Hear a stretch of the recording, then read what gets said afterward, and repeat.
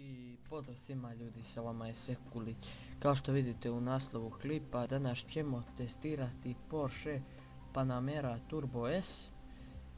Znači šasija je 4x2, kabina ništa, volan je na desnoj strani, snaga motora 260 kubika, menjač manuel, rezervoar 360 litara, boja Brilliant Silver. Vidite, cena je 5366, znači idemo promijeniti konfiguraciju. U kabinu ne može ništa.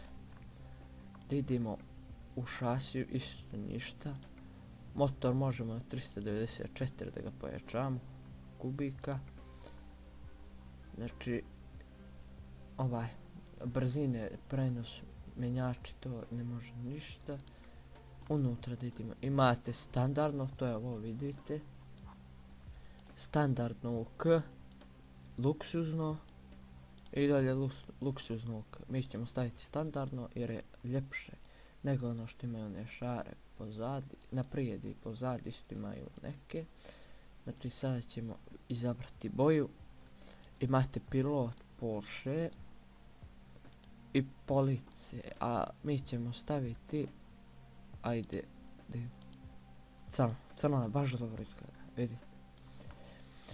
Ići ćemo sada da vidimo šta možemo da mu nadogradimo. Znači, ovaj gore, retrevizor, srednji mu je fabrički, ne može ništa.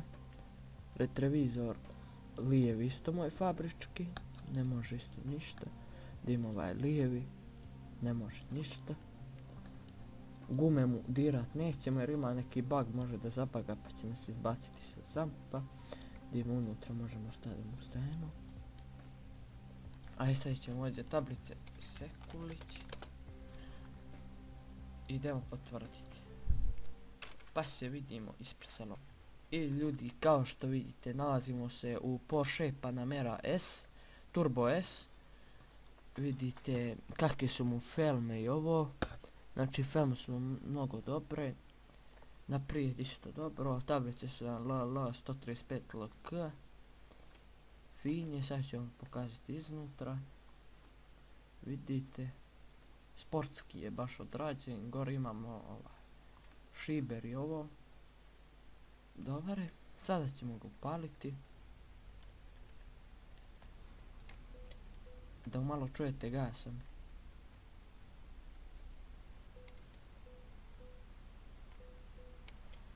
Ništa ljudi, sada ćemo ga testirati da vidimo koliko brzinu on može da dostigne. Sad ćemo ga tamo malo različiti da vidimo.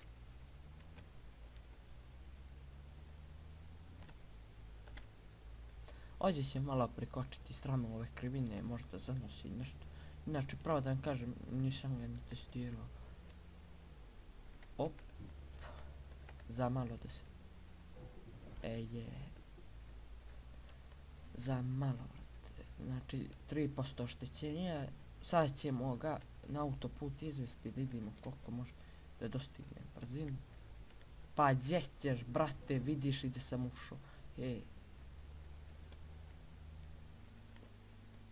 Imate ovdje ovaki boto ovako u leđu. Stvarno je. Da vidimo sada koliko može da ga razvije na autoput. Već su ovdje dvije trake, možemo da ga... Evo, radar nas hvata, panduri samo prate. Može preko 200-100%. Samo me strah ovdje da ne izbije neko opet ovako, da ga udari.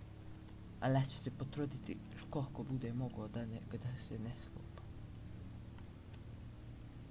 Znači evo, 240 već idemo. Ne. Evo, pobili smo se nazad. Vidite ljudi, znači auto je išao 240 na sat. Mod ovog auta ćete imati dolje u downloadu. Znači vidite, veoma je dobro.